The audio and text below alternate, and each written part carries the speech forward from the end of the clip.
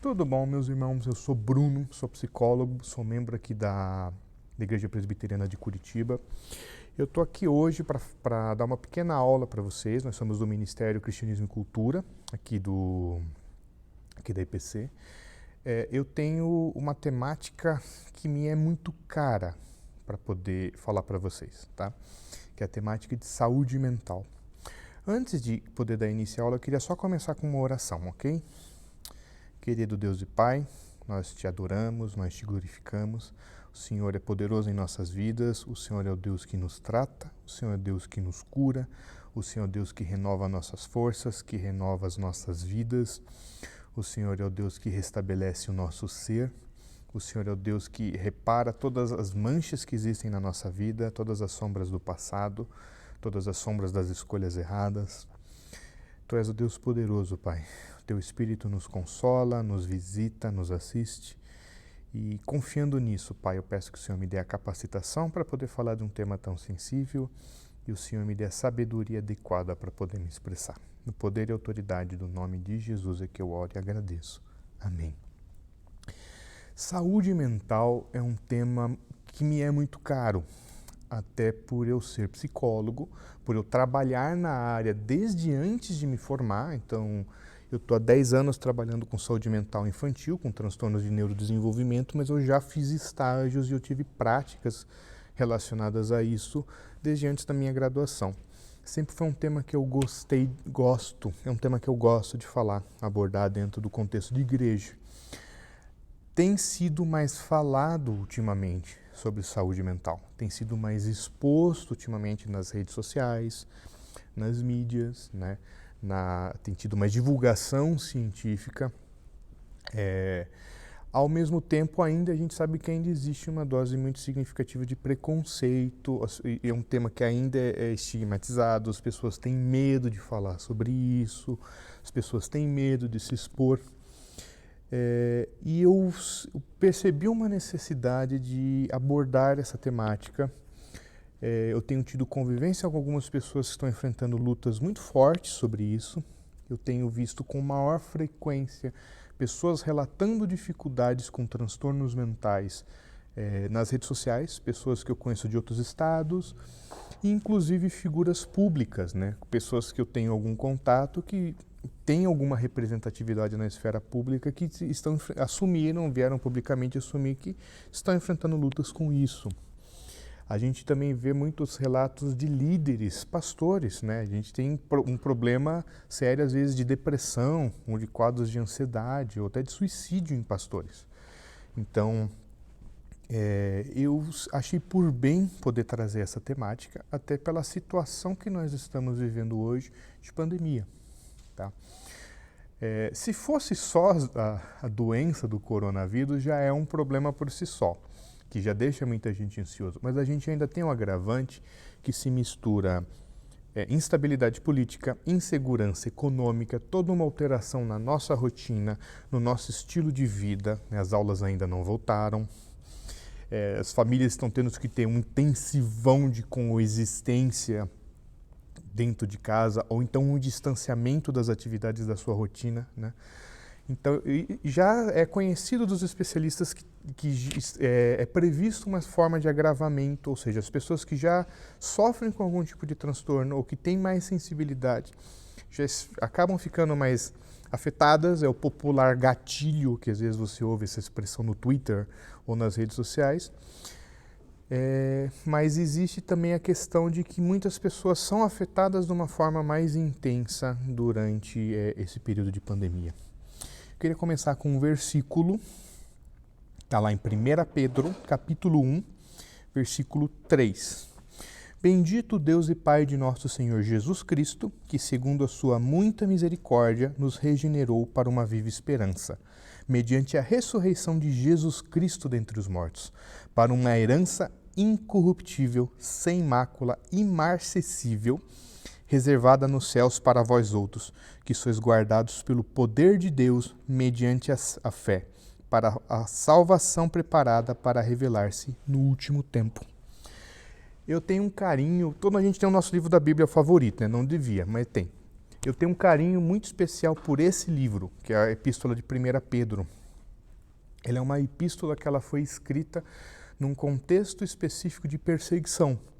Pedro está escrevendo para cristãos que viviam numa determinada região lá da Grécia, que estavam sendo perseguidos e eles estavam perdendo o seu título de cidadania. É como se você tivesse o CPF invalidado. Você não pode mais tirar passaporte, não pode mais fazer empréstimo no banco, você não pode mais fazer transação econômica, você não pode mais votar, você perde o seu status de cidadão. Então, o que estava acontecendo com esses cristãos nesse contexto de perseguição aqui? Como eles perdiam isso, os guardas romanos invadiam as casas deles e saqueavam os bens. Então você viam pessoas que tinham casas, tinham joias, tinham itens, tinham coisas que fruto do seu trabalho, estavam sendo saqueadas, né? E não podiam nem protestar ou entrar na justiça porque não tinham títulos de cidadão. Então eram pessoas que estavam num contexto, não é o mesmo contexto que a gente está, mas estavam numa situação bem delicada. E a epístola inteira de Pedro é um chamado ao resgate da esperança, né?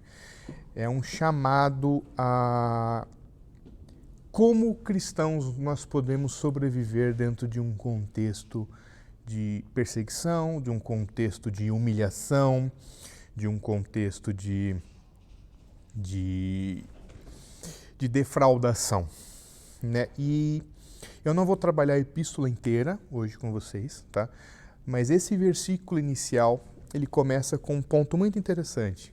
Quer dizer que nós, como cristãos, nós temos uma herança, ou seja, existe algo que é reservado para nós, uma espécie de bem precioso, um tesouro muito grande, uma riqueza imensurável que não pode ser destruído.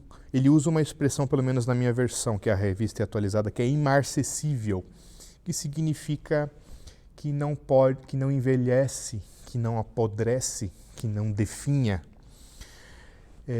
Enquanto filhos de Deus, enquanto aqueles que somos adotados por Deus, chamados para fazer parte do seu reino, a gente é parte, tem uma herança que não se perde. Uma herança que o governo não pode bloquear, uma herança que não pode ficar travada no banco, uma herança que não é assegurada pelo nosso CPF, pelo nosso título de eleitor. É uma segurança e uma herança que é baseada no Deus Todo-Poderoso, né? E essa é a ideia que vai nortear a aula que eu vou trazer para vocês aqui hoje. Eu não tenho como trabalhar saúde mental de uma forma exaustiva numa única aula. Isso é tema para 1 ano de palestra. Estudei 5 anos de graduação, mas todo o tempo de formado, e você sempre está aprendendo mais. Então como que eu vou me basear? Eu vou me basear num relatório que saiu ano passado na revista The Lancet, que é uma revista de saúde muito conceituada. A The Lancet é uma revista que ela traz relatórios recorrentes sobre questão de saúde mental, pelo menos desde 2017. E tem alguns pontos nesse relatório que fazem uma consonância muito grande com alguns pontos chaves da nossa fé. E eu vou eleger 3 pontos, como bom presbiteriano eu vou escolher 3 pontos, tá? E eu vou propor 3 metáforas bíblicas para poder responder a esses pontos, ok? O relatório é esse aqui, tá? The Lancet, tá? The Lancet Commission on Global Mental Health and Sustainable Development, né? A Comissão da Lancet em Saúde Mental Global e Desenvolvimento Sustentável. Ele é gigantesco, ele faz uma revisão de todo o trabalho que é publicado desde 2007, tá? E mais alguns levantamentos específicos. Ele é bem detalhado. Se você não é da área de saúde mental, ele tem algumas questões muito técnicas, né, que você não está familiarizado, mas ele levanta alguns pontos que são importantes. O primeiro ponto que ele coloca que é importante é que saúde mental é um problema de saúde pública, tanto que ele coloca isso como uma questão de sustentabilidade, né? Em termos práticos, as pessoas estão sofrendo de transtornos ou de males ou de problemas que não são necessariamente orgânicos, que não são necessariamente ocupacionais, tipo um acidente de trabalho ou coisa. São problemas emocionais, são problemas existenciais, são problemas de fundo espiritual muito intenso. Isso atrapalha a economia, isso atrapalha o funcionamento de uma sociedade, isso nos impede, às vezes, de avançar, de progredir e de ter melhorias, né? Então, é uma questão de sustentabilidade. Promover saúde mental é quase como promover saneamento básico, é como promover educação de qualidade, né? É uma questão chave em termos de desenvolvimento num país. Mas isso é um tema que ainda é muito negligenciado. E esse é outro ponto que fica muito forte dentro do relatório. A frase que ele usa, que é uma frase que me chamou muita atenção, é: em termos de saúde mental, somos todos países de terceiro mundo. Mesmo os países mais desenvolvidos, com as melhores políticas, os melhores tratamentos, tipo Estados Unidos, Holanda, Alemanha, Canadá. O Canadá tem propostas muito interessantes. Ainda é um tema marginal, ainda é um tema pouco tratado, ainda é um tema pouco abordado, ok? Com base nisso, eu estou trazendo uma questão bastante técnica, tá? Mas a gente sabe que enquanto cristãos, como eu já citei, a gente tem uma esperança que não é desse mundo, né? A palavra de Deus nos lembra que por mais que Deus tenha criado um mundo perfeito, por mais que Deus tenha criado um mundo com todo amor e cuidado, com todo carinho, lá está relatado em Gênesis, o mundo não funciona da forma como ele deveria funcionar. Teve a questão da queda, teve todos os efeitos deletérios posteriores do pecado, né? Tem um grande pensador cristão que foi Abraham Kuyper, foi um teólogo e político holandês cristão fervoroso, que Kuyper dizia assim: o mundo é o mundo de Deus, mas quando a gente examina o mundo, quando um cientista estuda o mundo, é como se ele estivesse estudando um brinquedo quebrado, né? Não é o brinquedo perfeito original, é um brinquedo que foi maculado pelos efeitos da queda. Ao mesmo tempo, isso é uma coisa que a gente precisa ter claro, tá? Então, muitos desses problemas globais são efeitos dessa questão da queda. Ao mesmo tempo, como cristãos, nós temos uma esperança que é diferenciada. A gente experimenta os poderes da nova criação, a gente tem o Espírito Santo de Deus e a gente conhece o Salvador das nossas almas. Então, existe sim uma resposta. O cristianismo pode oferecer uma esperança diferenciada. E o que é curioso, muitos do que as pesquisas têm mostrado, do que são as melhores coisas, os melhores tratamentos, que é o que eu vou abordar logo em seguida, tem muita ressonância com o que a palavra de Deus já nos ensina. Só que a palavra de Deus, ela corrobora isso, mas dá uma incrementada cristã, né? Nós temos uma perspectiva redentiva, tá? Nós não podemos nos esquecer, como está lá em Marcos, capítulo 12, versículo 28, né? Uma vez um fariseu chegou para Jesus assim: chegando nos escribas, tendo ouvido a discussão entre eles, vendo como Jesus lhes houvera respondido bem, lhe perguntou-lhe: qual é o principal de todos os mandamentos? Respondeu-lhe Jesus: o principal é: ouve, ó Israel, o Senhor nosso Deus é o único Senhor. Amarás, pois, o Senhor teu Deus de todo o teu coração, de toda a tua alma, de todo o teu entendimento e de toda a tua força. O segundo é: amarás o teu próximo como a ti mesmo. Não há outro mandamento maior do que estes. Ele está falando de um mandamento, mas ele está falando da integralidade da vida humana. Nosso envolvimento com o reino de Deus, nosso envolvimento com o nosso Senhor, ele envolve todo o nosso coração, toda a nossa alma, todo o nosso entendimento e toda a nossa força. O Evangelho não é só para os seus afetos, ele não é só para a sua cabeça, ele não é só para a sua espiritualidade. O Evangelho, ele é para o todo da vida, ele é integral, ele abrange todas as suas esferas, né? E a redenção de Cristo na cruz, ela é mais do que simplesmente uma garantia de que você vai para o céu, ela é uma garantia que nós podemos viver a plenitude, né, da vida que Deus tem para nós. Ele é uma garantia de que tem uma expressão em Colossenses, convergindo em Cristo todas as coisas, né? O céu e a terra, a nova criação, tudo em Cristo tem um poder de ser redimido. Então a nossa mente, os nossos afetos, os nossos comportamentos, eles podem sim ser restaurados em Cristo, ok? 3 pontos que foram muito interessantes, que eu acabei levantando da leitura desse relatório. O primeiro ponto tem a ver com família e tem a ver com comunidades. O que isso quer dizer? Durante muito tempo, se você trabalha com saúde mental, se você está mexendo e trabalha com saúde mental, você sabe que durante muitos séculos o tratamento ouro para transtornos mentais era institucionalização. Não se sabia o que fazer, né?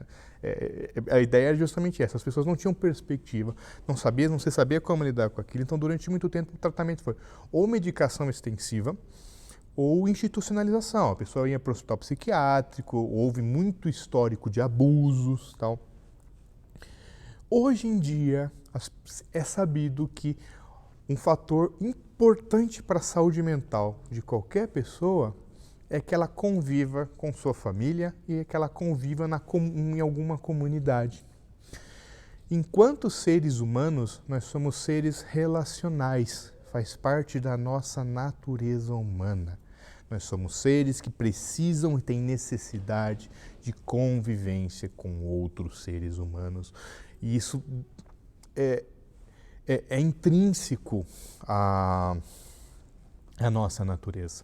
Todo mundo que é um profissional de saúde sabe, por exemplo, que a família é um fator protetivo para a saúde mental. Quando a gente fala, por exemplo, que é sabido que existe a intervenção mais direta, por exemplo, com pessoas que estão sofrendo de algum tipo de mal ou algum tipo de transtorno, mas existe também o que poderia ser chamado de uma prevenção para a saúde mental ou uma promoção de saúde. Por exemplo, é sabido hoje, e existe até trabalhos de economistas, por exemplo, James Heckman. James Heckman, economista, ganhou o prêmio Nobel. O pessoal trabalha com econometria, ele tem uma proposta interessante que é chamada equação de Heckman, que a proposta dele é que ele fez um cálculo dentro da sua teoria, que para cada $7, digamos assim, que você investe em propostas de saúde para crianças até 5 anos, você economiza 14 quando é adolescente ou quando é adulto. Por quê? Porque a gente sabe que para crianças, para adolescentes, para contextos de família, é o grande fator formativo da personalidade de alguém. É o grande fator protetor da personalidade de alguém, é a grande experiência formativa da nossa identidade. Uma autora cristã extremamente relevante para esse tipo de temática é a Edith Schaefer, nesse livrinho aqui, O que é uma família. Ela faz relatos da sua própria experiência como família, tá? E ela usa algumas metáforas. Tem uma metáfora que ela usa que é muito interessante, que a família ela precisa ser entendida como um ecossistema, tá? Se você pensar num ecossistema, por exemplo, o Brasil, que é um grande centro de biomas, né? Por exemplo, Mata Atlântica, Cerrado, Amazônia. Cada um desses tipos de bioma, desse tipo de ecossistema, ele tem um equilíbrio que precisa ser mantido. As plantas têm funções a serem desempenhadas, os rios têm sua função, os animais que são predadores, os animais que são herbívoros, os insetos, né? A gente odeia inseto, mas inseto tem uma necessidade, a natureza necessita deles porque eles polinizam as plantas, eles comem os resíduos, eles são a base da cadeia alimentar. Então, todo bioma, todo ecossistema, ele tem um equilíbrio muito fino e muito sutil, onde cada um dos seus elementos, cada um dos seres que compõem aquele ecossistema tem uma função e um objetivo. Quando isso é poluído, quando aparece, por exemplo, uma queimada, um desmatamento ou uma devastação, isso altera toda a dinâmica do funcionamento. Então você mexe num ponto, isso afeta a estrutura de todos os outros seres que estão envolvidos naquilo. Quando você polui um rio, você não está só matando peixe e sapo. Você altera a dinâmica da floresta, de como as árvores vão lidar com aquilo, dos outros animais que bebem daquela água. Você corta a copa das árvores, você muda o clima no fundo da floresta, que tem seres que dependem da umidade, às vezes da sombra para poder de plantas para poder germinar, animais para poder sobreviver. A família é um ecossistema. E ela tem uma dinâmica de funcionamento, ela tem jeito próprio de funcionar. E se a gente não cuidar, nós temos esse ecossistema que é a família, ele é poluído, ele é devastado, ele acaba sendo cheio de coisas que vão sufocar os seres que vivem ali, vão sufocar, vão destruir toda a dinâmica de vida que existe ali. Tá? E muito do nosso desafio, às vezes, como cristãos, é promover famílias saudáveis. Promover relacionamentos saudáveis. Um outro autor bastante interessante também, que também é cristão, ele é pouquíssimo conhecido, chama-se Royal Kuiper. Tá? Ele está vivo até hoje. Ele foi senador na Holanda e ele é um cristão fervoroso, né? E esse livro, para você que se interessa por política pública, ele faz uma proposta, Capital Moral, o nome do livro, ele faz uma proposta de políticas públicas de promoção de desenvolvimento moral, né? Com toda uma fundamentação com autores cristãos, assim, é bem interessante. Na Holanda eles têm alguns partidos que são partidos políticos que são confessionalmente cristãos, que no Brasil isso é até meio surreal às vezes de você pensar, mas a Europa, alguns países têm esse tipo de tradição. E basicamente o que ele diz? Ele fala muito sobre família. Ele diz assim, famílias são incubadoras de virtudes. Tá? São incubadoras de virtudes. Costuma ser o lugar onde nós somos mais forjados. É onde você aprende a ter paciência, é onde você aprende a amar, é onde você aprende a se doar, é onde você normalmente aprende a conviver com o diferente, a conviver com aquelas características do outro que você não sabe lidar, que demoram para mudar, ou que às vezes são... você vai ter que aprender a conviver com aquilo mesmo que praticamente a pessoa não vai conseguir superar aquilo. É o lugar onde você se obriga a conviver com o diferente. Então, ela forja características em nós. Isso é uma coisa que, como cristãos, nós precisamos ter muito claro, né? Você que está ali com seus filhos, você está forjando virtudes neles e vícios também. Tá?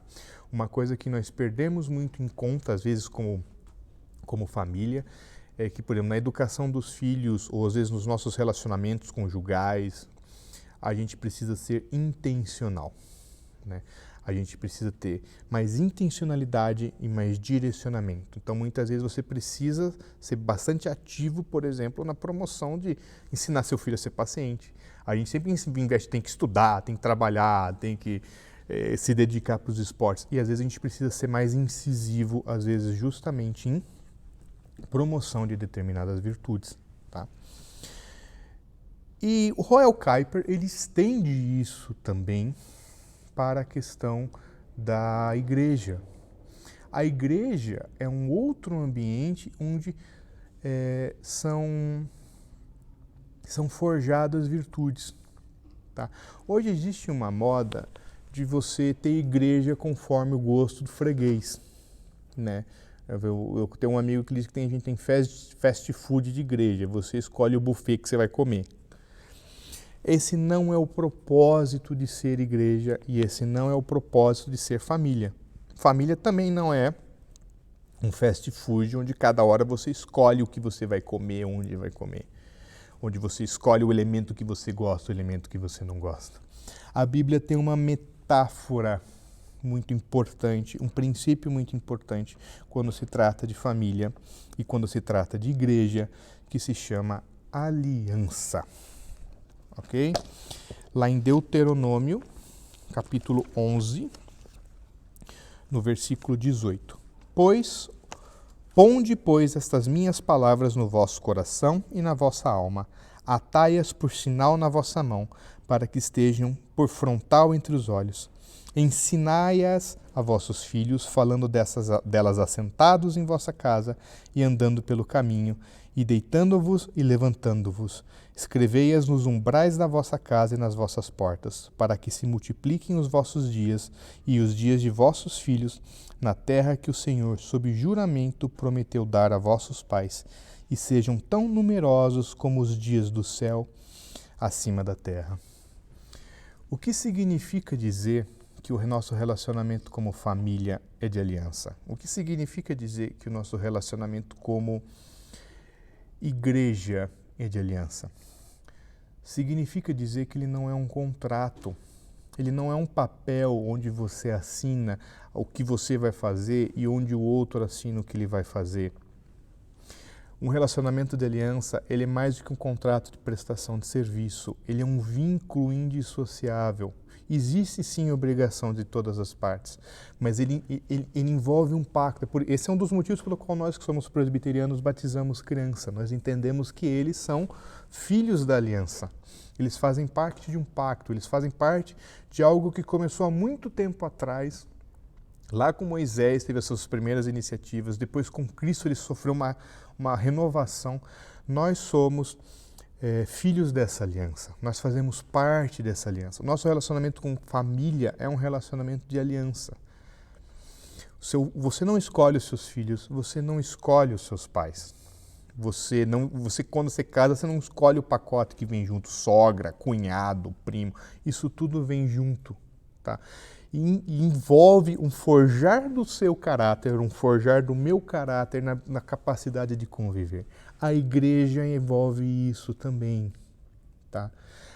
Por mais que hoje as pessoas gostem de ficar pipocando em igreja, a igreja é um relacionamento de aliança, é um relacionamento onde você vai conviver com pessoas que são muito diferentes de você, que têm chamados diferentes do teu, que têm vocações diferentes da tua, mas que amam e servem o mesmo Deus e são usadas por Deus de formas diferentes.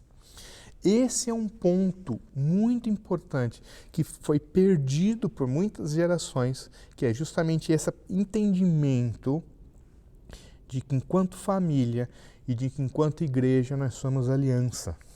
Enquanto nós continuarmos tratando os nossos relacionamentos como um contrato, enquanto o nosso foco enquanto pessoas for individualista, extremamente individualista, como se eu tivesse que prestar serviço para os outros e eles tivessem obrigações comigo, enquanto nossa visão for essa, os nossos relacionamentos vão sim ser adoecidos. Tá?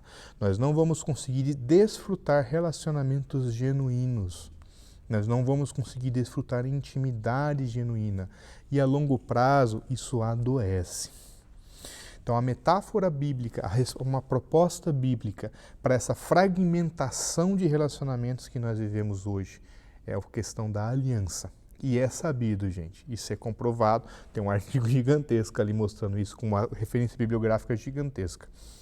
Priorizar os relacionamentos pessoais, priorizar as comunidades, focar, por exemplo, em treinar pais, em como cuidar dos seus filhos, em treinar pais, em como manejar os seus adolescentes, em promover o exemplo prático, por exemplo, para vocês terem uma ideia de políticas públicas voltadas para a saúde mental.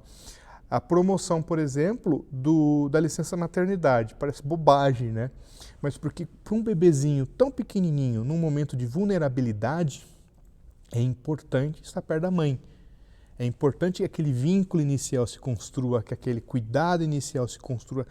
E família precisa ser fortalecida nesse momento. Tem algumas propostas já, por exemplo, de licença paternidade, para que o pai e a mãe possam juntos se apoiar naquele momento inicial, onde a criancinha está nascendo, tudo é novidade, tudo é diferente, ou seja, que eles possam passar alguns meses iniciais cuidando uns dos outros, né? É curioso, por exemplo, se você ler, por exemplo, no Antigo Testamento, eu não vou me recordar do versículo, porque eu me lembrei dele agora, que quando um jovem casal, tipo recém-casados, o rapaz era dispensado do serviço militar por 1 ano, né? Porque o foco tinha que ser a prioridade do casamento, a prioridade do estabelecimento da relação, né? Então a gente precisa ter esse tipo de prioridade. família é prioridade, relacionamentos são prioridade, ok? Um segundo ponto que eu gostaria de retomar com vocês também, ele é bastante controverso e eu sei que, por exemplo, se você é pai de adolescentes, você já teve que se deparar com esse dilema, é a influência da tecnologia e das mídias digitais, tá? Eu sei que a pessoa adora criar EBD sobre isso, eu tenho amigos que dão palestras sobre isso, que só pesquisam isso, tem livros produzidos sobre isso, mas é sim já comprovado, já tem questões muito relevantes levantadas que, basicamente, o uso excessivo de mídias digitais, Twitter, Facebook, Instagram, o uso excessivo de telas, iPad, iPhones, telefone celular, impactam de forma negativa nos nossos relacionamentos, tá? Tem alguns estudos mostrando, por exemplo, que as gerações mais recentes, os chamados os iGen, né, que é a geração Y, geração Z, que são esses mais nascidos a partir de 1994, por terem sido muito mais expostos a mídias digitais, já foi a geração que cresceu com o Facebook. Eu fui um que eu passei uma parte eu tenho 31 anos, eu passei uma parte da minha infância brincando, depois eu descobri o computador, tive disquete, fui evoluindo, até hoje consegui fazer uso das redes sociais. Teve gente que cresceu vivendo com isso, ele não sabe o que é você ter que fazer internet de escada. Essa geração que cresceu já sobre um impacto massivo de redes sociais e de mídias digitais tem uma prevalência assustadoramente maior de transtornos mentais. É uma prevalência muito gritante, tá? Principalmente depressão e alguns quadros de ansiedade. Tem algumas pesquisas tentando entender o que está acontecendo. Um livro interessante não existe em português, sinto muito. Eu já sugeri para algumas editoras traduzir isso aqui, mandei e-mail para eles. The Coddling of American Mind, de um psicólogo, que é o Jonathan Haidt, e de um empresário que ele trabalha com curso de educação superior, que é o Greg Lukianoff. Tem um capítulo nesse livro só sobre a influência de tecnologia e de mídias digitais em adolescentes, e principalmente em universitários. Tá? Qual que é a questão que envolve? Hoje em dia, como a gente é muito dependente de tecnologia, já se observou, por exemplo, que as pessoas têm mais dificuldade de se focar por tempo prolongado em atividades que exijam isso. Por exemplo, as pessoas hoje têm mais dificuldade com leitura, literalmente, dificuldade de ler um livro, porque ela é muito acostumada a ler textos curtos. Ao mesmo tempo, as pessoas hoje têm mais atenção dividida, porque ele é acostumado a estar olhando para o computador, mexendo no celular, pensando no Instagram, pensando no Twitter, falando com 4, 5, 6 pessoas ao mesmo tempo. A atenção dela é dividida, mas ao mesmo tempo que é dividida, ela perde profundidade. Existe um espaço saudável de atenção dividida. Se você tem filho pequeno, você sabe que você precisa de atenção dividida, porque você tem que ter um olho na frente e olho na nuca para você ficar de olho na criança. Mas quando isso se prolonga por muito tempo e a ponto de interferir na sua capacidade de se concentrar para assistir um filme, para ler um livro, para manter uma conversa por um tempo mais prolongado, olho a olho, face a face, daí é uma coisa que você precisa se preocupar. Uma outra coisa que envolve também, as pessoas estão perdendo a sua capacidade de espera, têm ficado mais ansiosas. Hoje em dia você pega um miojo para fazer, você olha e diz, em 3 minutos está pronto. Poxa vida, 3 minutos, né? As pessoas, nós já estamos nesse nível, nós estamos tão acostumados com coisas aceleradas e a nossa sociedade ser tão acelerada, porque por mais que todas essas tecnologias tenham surgido para facilitar a nossa vida e fazer com que as coisas que nós fazemos, a gente poupe tempo, que o objetivo delas é otimizar o serviço, né? Nós estamos cada vez mais sobrecarregados de coisas para fazer, somos cada vez mais sobrecarregados de informação, tá? Principalmente plataformas como Facebook, Twitter e Instagram, eles são feitos, isso é explícito, eles são feitos para nos viciar, tá? Tem uma área dentro do teu cérebro que se chama centro de prazer. Ele fica bem na região central do cérebro. Ela tem esse nome porque ela libera uma substância chamada dopamina, que é a substância que o corpo libera quando você tem experiências de prazer, tipo comer um doce muito bom. Ou quando você faz uma atividade física, depois que vem aquela sensação de prazer, aquela sensação de relaxar, assim, isso é dopamina. Eles fizeram, por exemplo, experimentos com rato, onde eles ensinaram o ratinho a abaixar uma alavanca e caía uma gotinha d'água. Então o ratinho estava com sede, ele abaixava a alavanca e caía água. Eles fazem isso em laboratório, tá? Eles fizeram um eletrodo e inseriram bem naquela região do cérebro do ratinho. Então toda vez que ele abaixava, ao invés de cair água, dava o choquinho bem na região que é o centro do prazer. O rato quase morreu de fome, porque ele ficava tão compulsivamente abaixando aquela barra que ele parou de comer. Ele parou de conviver com outros ratos. Ele parou de andar, ele vivia só para aquilo, né? É sabido que, principalmente o Facebook, essas coisas, eles são feitos para ativar essa região. Quando você recebe um like, ou uma curtida, ou uma visualização, isso gera prazer. E isso não só mexe no nosso cérebro, isso mexe no nosso psicológico, porque a gente tem uma ilusão de reconhecimento, de visibilidade, de aceitação, que é um dos principais motivos pelo qual o aumento parece estar associado com a depressão entre adolescentes. Principalmente para uma menina, onde todas as ídolas dela no Instagram são lindas, loiras, altas, magras, com aquelas fotos maravilhosas, né, que propõe muitas vezes para ela um ideal, uma perfeição que é inatingível, porque aquilo lá é fabricado. Você paga uma empresa para tirar aquelas fotos e para criar aquele tipo de realidade. Mas os nossos adolescentes muitas vezes estão presos nesse extremo de idealização.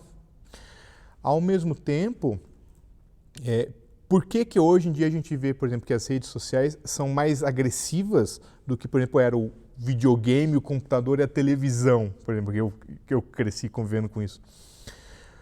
Porque televisão, por exemplo, videogame você joga com o outro, normalmente. Televisão você vai assistir, mas depois você vai sair com seus amigos para comer pipoca, comer pizza.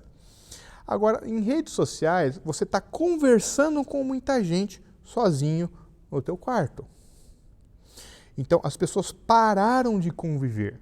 Um dos efeitos mais curiosos dessa geração mais recente, essa geração iGen, que comparado com as gerações anteriores, ela tem uma vida sexual mais fraca, mais baixa. E isso tem um motivo. Eles não sabem mais socializar.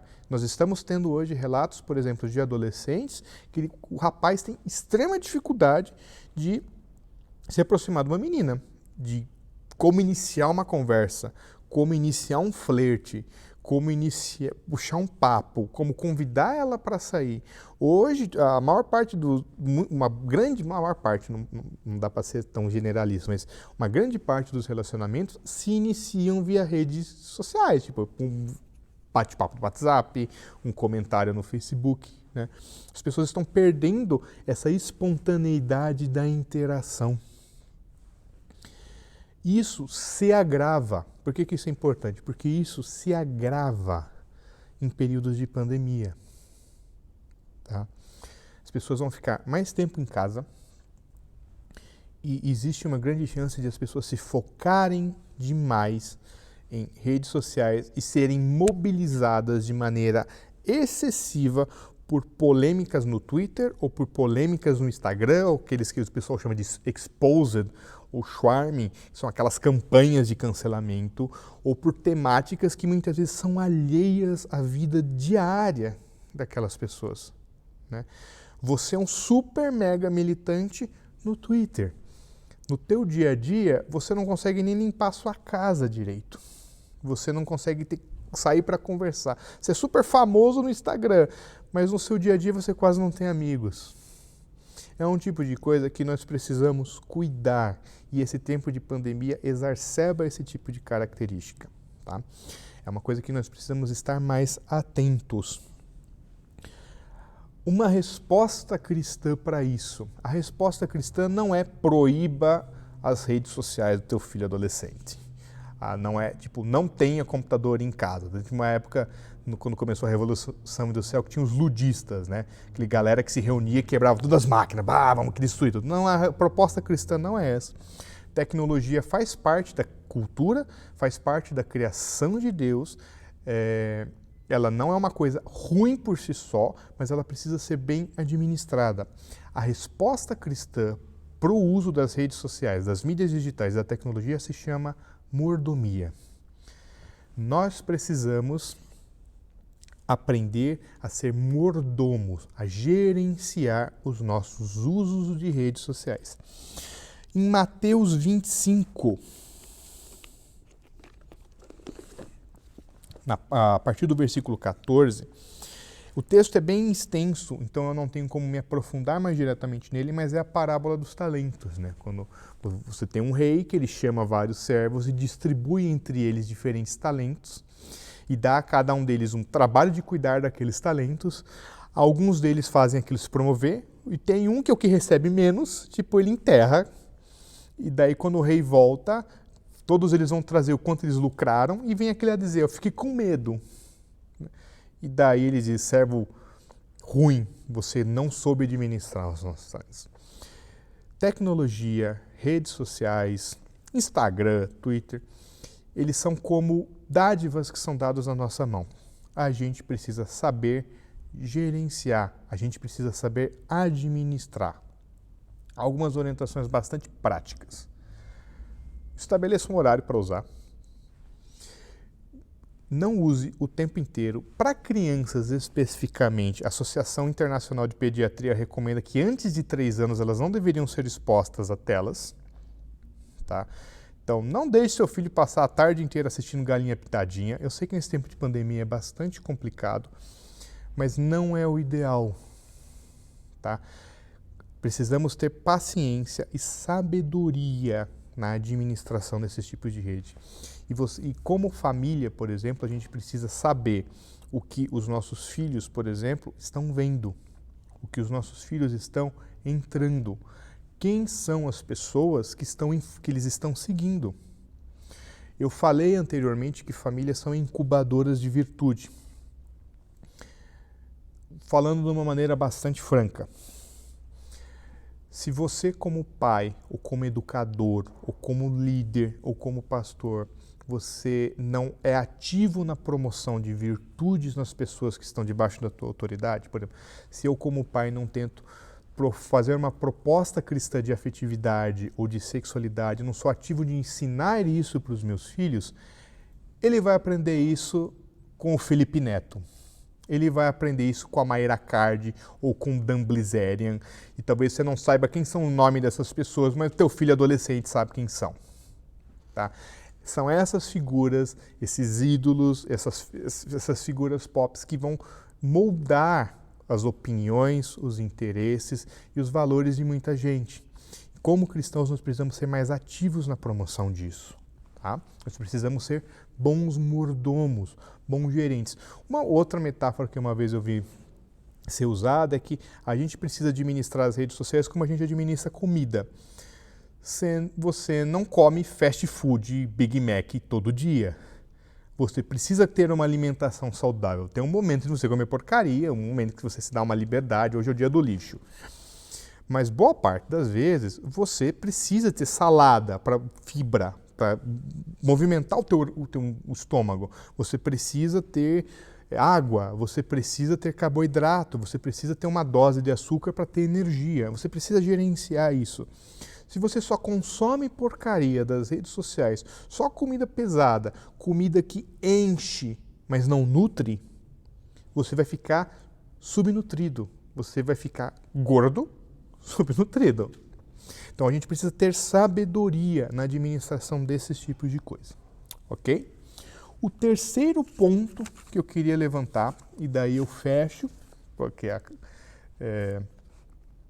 senão fica exaustivo demais, tem a ver com identidade. Esse é um tema que me toca bastante, de maneira bastante profunda, porque eu acho que é uma coisa que tem assolado muito forte as pessoas ultimamente, tá? Não é segredo para ninguém que a gente vive numa época onde as pessoas não têm referenciais. Há 50, 100 anos atrás, quando você nascia, você escolhia uma determinada profissão, era meio que estabelecido o caminho que você iria seguir, né? Você passar 30, 40, 50 anos na mesma empresa, era sinônimo de mérito. Eu que estou com 30, a minha geração já é uma geração que, se você passa mais de 10 anos na mesma empresa, você já é visto como suspeita no mercado de trabalho. Eles valorizam pessoas que são dinâmicas, espontâneas, que mudam, que é multitasking, tem essa habilidade. A pessoa muda muito de cidade, muda muito de perspectiva, né? Isso é uma mudança que aconteceu na nossa cultura. Ela é muito antiga, ela vem desde séculos e séculos atrás. Mas o que basicamente a forma como ela aparece hoje na nossa sociedade, tem vários autores que trabalham sobre isso. O mundo hoje, as pessoas estão sem metas narrativas. O que isso quer dizer? As pessoas não têm uma história, um norte, ou um sentido maior que orienta as suas ações. O que nos orienta hoje, na boa parte das vezes, é o desejo de consumir. Você fazer as coisas para se sentir bem, você comprar as coisas pelo prazer de comprar, você ler um livro porque está todo mundo lendo e está na moda, estão divulgando no Instagram. Essa falta de uma narrativa mestra para a minha vida. Tem um filósofo famoso chamado Alasdair MacIntyre, que ele tem uma frase bem interessante, que ele diz assim: antes de poder responder à pergunta quem sou eu preciso responder a pergunta de qual história eu faço parte. Né? Uma coisa que você vê muito forte, por exemplo, nas Escrituras, no Antigo Testamento. O povo de Israel vai atravessar o Jordão, daí Deus diz assim: ergue uma pedra, para deixar uma pedra enorme, gigantesca, parada ali, porque daqui a alguns anos os seus filhos e os seus netos vão parar e dizer: papai, por que tem uma pedra aqui? E você vai dizer: porque um dia o nosso Deus fez milagre, Ele agiu na nossa vida, Ele interviu, Ele nos livrou, Ele nos salvou, Ele nos deu um direcionamento, então nós erguemos essa pedra. Essa pedra é um memorial. Se você prestar, principalmente em Gênesis, o quanto o pessoal erguia altar em tudo quanto era morro, porque eram referenciais, eram lugares específicos para sinalizar marcos na vida daquelas pessoas. E porque eles se entendiam como parte de um projeto muito maior. Nós somos o povo de Abraão, Isaac e Jacó. Nós somos o povo do Deus que foi lá em Ur dos Caldeus, tirou Abraão, fez ele peregrinar, depois chamou Isaac, depois chamou Jacó. Eles se entendiam como parte de uma história. Nós, como cristãos, somos parte de uma grande história. Você não é perdido, você não é alienado, você não está jogado nesse mundo, você não nasceu por acaso, a sua vida não existe a esmo, mas ela é parte de um plano e de um propósito muito maior. Por mais pequeno que você seja, por mais que as circunstâncias da sua vida sejam tão medíocres, por assim dizer, ela é uma pequena peça num quadro, num mosaico gigantesco que começou lá com Abraão, Isaac e Jacó, que passou por Davi, que passou pelos profetas, que passou por João Batista, que passou por Jesus, pelos apóstolos, por todos os cristãos perseguidos ao longo dos séculos, que passou pela Idade Média, que passou pelos reformadores, que passou pelos grandes pregadores avivalistas, que passou pelos grandes missionários e que chegou até você. Quando você lê lá em Hebreus o grande panteão dos heróis da fé e daquela corrida, que ele deu uma metáfora muito linda, que quando a gente completa a carreira, a gente vai ser recebido por uma multidão batendo palmas, são eles. Eles começaram a corrida que eu e você estamos correndo hoje. Então, isso é uma coisa que, como cristãos, precisa ficar muito clara. Muita da prevalência de transtornos mentais que as pessoas vivenciam hoje é dessa ausência de sentido, dessa ausência de significado, dessa ausência de compreensão das suas dificuldades, das suas lutas, da sua vida como parte de um todo maior. Se a minha vida ela é parte de um projeto muito maior, mesmo as pequenas tragédias, as pequenas dificuldades, as pequenas lutas que eu enfrento, elas têm sentido, porque elas fazem parte disso, né? Seja fiel no pouco, sobre muito te colocarei. As pequenas coisinhas que a gente luta no dia a dia fazem parte desse plano maior de Deus. Né? Um autor que é muito sábio na apresentação desse tipo de questão, um bom presbiteriano, Tim Keller, até gosto muito do Tim Keller, quem me conhece sabe que eu gosto muito. Ele apresenta essa mesma questão da seguinte forma: o mundo de hoje nos propõe uma identidade que nos esmaga, porque você é refém das suas próprias escolhas. Né? Isso pode ser ilustrado da seguinte maneira: como eu não tenho uma história maior da qual eu faço parte, eu escolho pequenas histórias, pequenas, por exemplo, a minha etnia, a minha raça, esses movimentos de identidade, a minha nacionalidade, esses pequenos elementos que são parte de quem nós somos, mas não são todo de quem nós somos. Né? Por exemplo, eu, Bruno, como cristão, eu sou presbiteriano, brasileiro, curitibano, descendente de italiano, nerd, são pontos da minha personalidade, da minha identidade. Mas o centro de quem eu sou é Cristo. Então você pode ser moçambicano, universitário, você pode ser descendente de judeu, você pode ter elementos diferentes que compõem a sua identidade, mas eles não são o centro. O centro da nossa identidade como cristãos é Cristo. E todos esses fatores são secundários. Para você que luta com algum tipo de transtorno mental, o seu transtorno não é a sua identidade. Ele é uma parte, talvez uma parte que você precise lutar o resto da sua vida. Mas ele não é o centro de quem você é. Entenda o seguinte, não é a cultura que diz quem você é.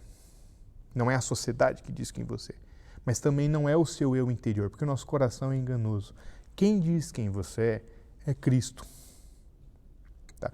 Nós temos que tomar cuidado para não sermos esmagados na busca e na afirmação de uma identidade. É Deus quem afirma quem nós somos. Raça eleita, está lá em 1 Pedro, como eu li lá no começo. Raça eleita, sacerdócio real, redimidos, tirados do império das trevas, transportados para o reino do seu amor. Essa é a nossa real identidade. E, finalizando, tá? Lembrando que em termos de saúde mental, a nossa prioridade tem que ser relacionamentos e o foco tem que ser entendê-los como uma aliança. Entender que nós precisamos ser bons mordomos que administram de uma maneira responsável o nosso uso da tecnologia, o nosso uso das redes sociais. Eu queria fazer uma reflexão final, lá em Mateus, capítulo 6. O texto é longo, mas é bastante interessante. No versículo 19, Jesus diz assim: Não acumuleis para vós outros tesouros sobre a terra, onde a traça e a ferrugem corroem, e onde ladrões escavam e roubam. Mas ajuntai para vós outros tesouros no céu, onde traça nem ferrugem corrói, e onde ladrões não escavam nem roubam, porque onde está o teu tesouro, aí estará também o teu coração. Jesus está falando aqui sobre pessoas que priorizam a riqueza. Eu não vou falar sobre a temática da riqueza, eu vou falar sobre a temática do coração. A advertência maior que Jesus está colocando aqui é que onde o seu coração estiver, é aí que vai estar a sua prioridade, é aí que vai estar o seu maior tesouro. Esse versículo tem muita ressonância com aquele versículo de 1 Pedro que eu li lá no começo. Né? A nossa herança é imarcessível, ela é incorruptível, ela não definha. Agora, se dependendo de onde você coloca o seu coração, no exemplo que ele dá aqui, riquezas materiais, elas vão definhar. E Jesus continua, lá no versículo 22, são os olhos a lâmpada do corpo. Se os teus olhos forem bons, todo o teu corpo será luminoso.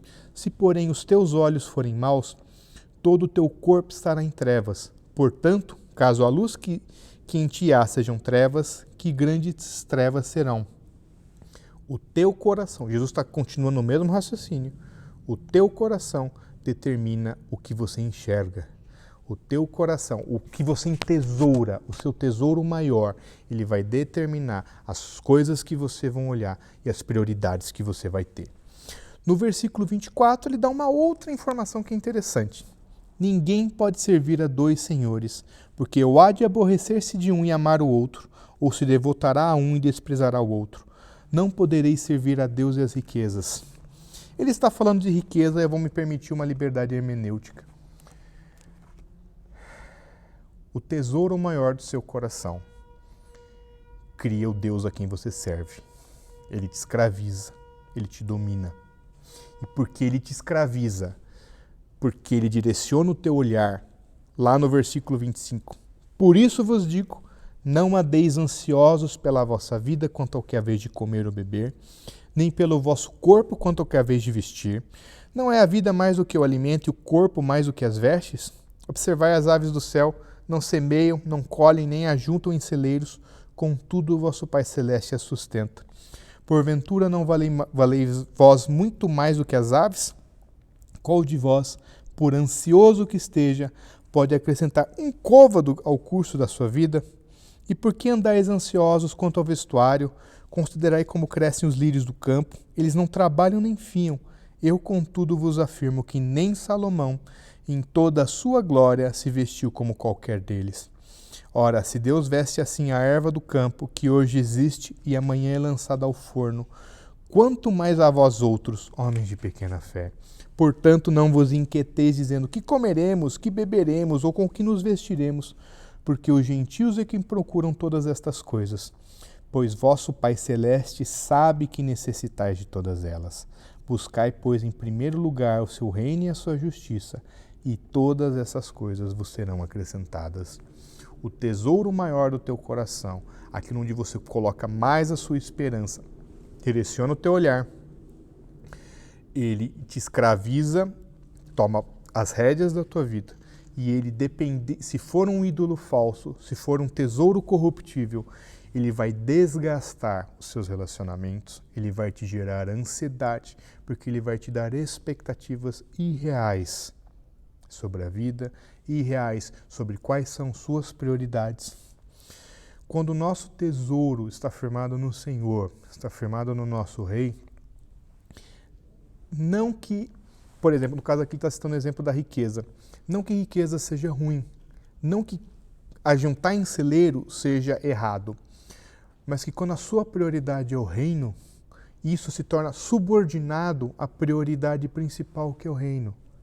Quando o nosso coração tem nosso centro em Deus, tudo o que está ao redor, as nossas emoções, os nossos pensamentos, os nossos comportamentos, as escolhas da nossa vida, as diferentes áreas da nossa vida, vão ser subordinadas a essa prioridade principal que é o reino. Elas vão encontrar seu lugar, mas o reino de Deus, o Evangelho, vai estar lá no centro. Lembrando, como diz lá em 1 Pedro, bendito Deus e Pai de nosso Senhor Jesus Cristo, que segundo a sua muita misericórdia nos regenerou para uma viva esperança, mediante a ressurreição de Jesus Cristo dentre os mortos, para uma herança incorruptível, sem mácula, imarcessível, reservada nos céus para vós outros. Deus te deu uma herança que não é restrita a esse mundo e que não pode ser roubada, seja pela confusão das suas emoções, seja pelo problemas de uma pandemia, seja por uma instabilidade financeira, seja pela instabilidade das instituições que nós enfrentamos. Sois guardados pelo poder de Deus mediante a fé para a salvação preparada para revelar-se no último tempo. O poder de Deus, ele não só nos dá uma herança, mas ele também nos guarda, ele nos protege e ele nos salva. Essa era a mensagem, a pequena aula sobre saúde mental. Eu acho que, me parece que a esperança do Evangelho é o grande diferencial que nós, como cristãos, podemos apresentar diante de toda essa temática. Querido Deus e Pai, nós te agradecemos pela tua bondade, pela tua generosidade, pela maravilhosa obra do Evangelho, pelo que o Senhor faz nas nossas vidas, pelo que o Senhor faz conosco. Obrigado pelo que está revelado na Tua Palavra, obrigado pelos avanços e descobertas da ciência, obrigado porque muito disso tem ressonâncias muito significativas com a nossa esperança como cristãos, Pai. Nos ajuda e nos direciona a focar o nosso coração e o nosso entendimento todo na Tua Palavra e na obra de Cristo na cruz. É a Ti que eu oro, é a Ti que eu agradeço. Em nome de Jesus. Amém. Muito obrigado.